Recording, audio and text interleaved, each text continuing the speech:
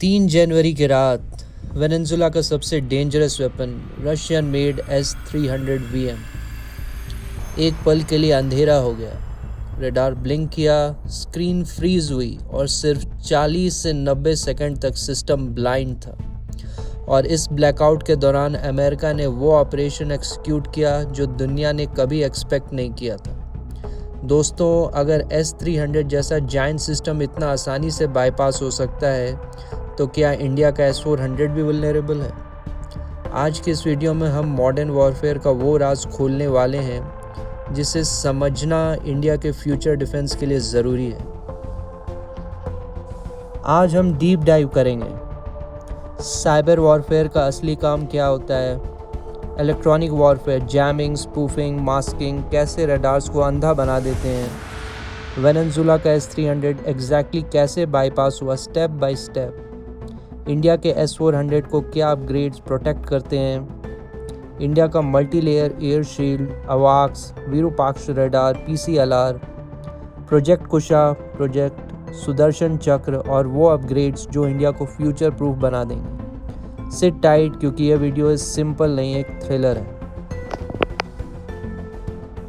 आज के ज़माने में वॉर गन से नहीं, स्पेक्ट्रम से शुरू होती है। इमेजिन तुम्हारे घर का CCTV सिस्टम, अगर कोई हैकर पुराना फुटेज चला दे तुम्हें असली एक्टिविटी दिखेगी ही नहीं। साइबर वॉरफेयर एग्जैक्टली यही करता है, रडार नेटवर्क को पेनिट्रेट करना, ऑपरेटर्स के स्क्रीन में फॉल्स डाटा दिखाना, कम्युनिकेशन स्लो कर देना, फायर कंट्रोल लिंक्स करप्ट करना, रडार के पावर साइकिल्स मैप करना। एनिमी को पता ही नहीं चलता कि वो ऑलरेडी ब्लाइंड हो चुका है। फिर होता है इलेक्ट्रॉनिक वॉरफेयर। इलेक्ट्रॉनिक वॉरफेयर के 3 मेन किलर्स, जैमिंग, रडार को ब्लाइंड करना है, जैसे किसी की आंखों में हाई पावर टॉर्च मार दो, रडार्स को सिर्फ noise, clutter, flicker, false altitude यही सब दिखता है। स्पूफिंग, फेक सिग्नल्स भेजना, रडार को दिख रहा है 10 जेट्स लेफ्ट से आ रहे हैं, रियलिटी में 1 जेट राइट से आ रहा है। मास्किंग, अपने आप को इनविजिबल बनाना, silent modes, passive sensors, low emission signatures, aircraft literally ghost बन जाता है। फिर आता है terrain masking, the oldest but the deadliest trick. Radar beam straight line में जाती हैं, माउंटेन्स उन्हें ब्लॉक कर देते हैं। एयरक्राफ्ट माउंटेन्स के पीछे, रिज के नीचे, वैली के थ्रू आते हैं। रडार उन्हें देख ही नहीं सकता, बट अमेरिका एग्जैक्टली यही करता है।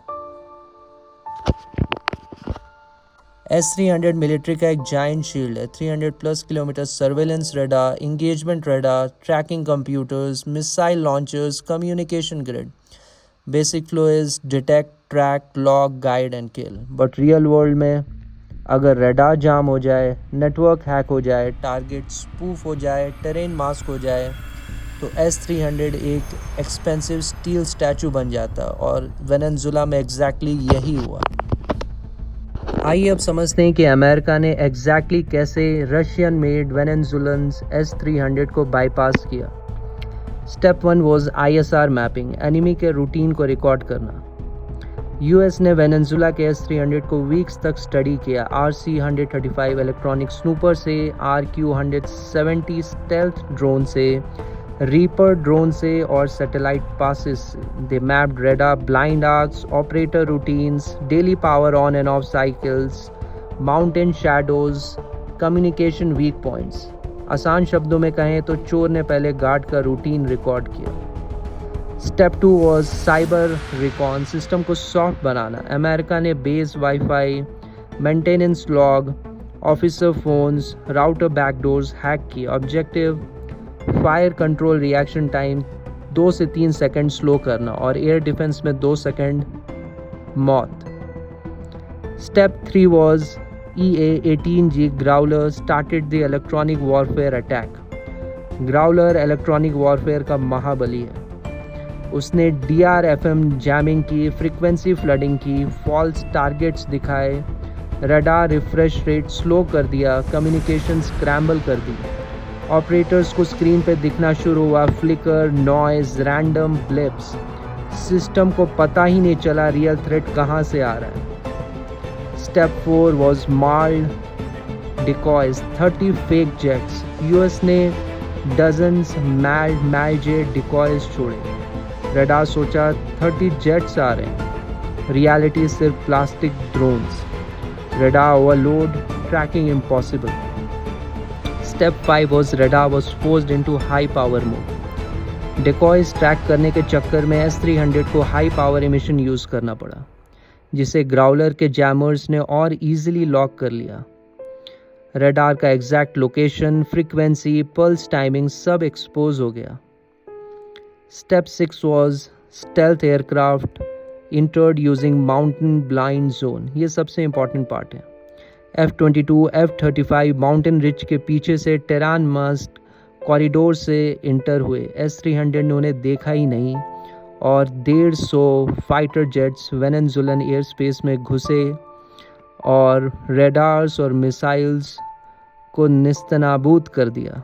Reason was terrain masking, low emission, stealth design, Growler masking. Venezuela blind हो चुका था।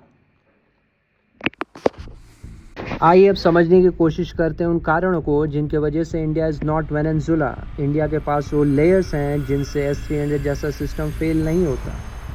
आइए एक एक करके इन लेयर्स को समझते हैं। The first one is AWACS plus S-400, that's God mode activation. AWACS of flying radar tower, mountains, blind zone सब खत्म। AWACS plus S-400, zero blind spots, zero terrain masking, zero surprise attack.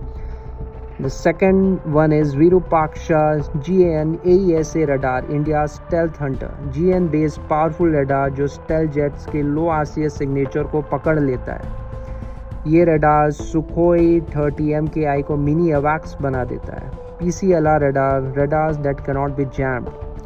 Passive radar खुद signal emit नहीं करता। FM towers, TV towers के signal से track करता है। Stealth aircraft भी डिटेक्ट हो जाता है। Jamming is impossible. Invisible radar जो हमेशा चल रहा होता है। The fourth one is project Kusha, India's iron dome 2.0। Kusha is a 3-layer missile shield plus AI plus S-400 integration. Layer 1 is 200 km intercept, Layer 2 100 km, Layer 3 30 km. AI real-time decision making plus S-400 plus AWACS plus PCLR सब एक grid में। आसान शब्दों में कहें तो 3-layer bulletproof jacket for the sky. And the fifth one is Project Sudarshan Chakra, India's S-500 class space shield, India का space level interceptor जो कर सकता है hypersonic missile tracking, ballistic missile kill above the atmosphere, multi band radars, 150 to 200 kilometre altitude intercept, S-400 integration. आसान शब्दों में कहें तो मिसाइल उठे, इंडिया उसे स्पेस में ही तोड़ दे।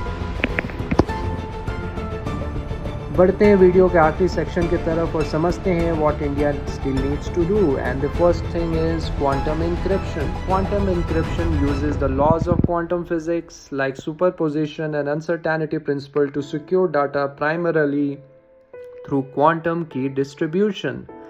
By encoding keys on individual photons, any attempt to intercept or measure these photons inherently changes their state through observer effect, instantly alerting the sender and receiver to eavesdropping, making it theoretically unhackable unlike traditional math-based encryption. आसान शब्दों में कहें तो photon transmission और observer effect बनाता है quantum encryption को god level encryption that is impossible to hack. And the second thing India needs to do is software defined radio, जिसमें सबसे पहले आता है handheld SDR that can do 1000 plus frequency hopping per second, bursting encrypted messages, jamming detection, automatic clean channel shift, soldier mesh network। आसान शब्दों में कहें तो पंच मारो सोल्जर टेलीपोर्ट हो जाता है। Then comes tactical SDR, entire battlefield in a secure Wi-Fi, AWACS, S-400, Sukhoi 30 MKI ships सब एक ब्रेन से link, anti jam, real time fusion. आसान शब्दों में कहें तो पूरा डिफेंस एक व्हाट्सएप ग्रुप में है जिसे कोई हैक या जैम नहीं कर सकता। Going ahead, India needs to produce more AWACS, more PCLR, more AI fusion. AWACS are the Sky Commander, PCLR are the Stealth Killer, and AI आज का ज़माना ही AI का है।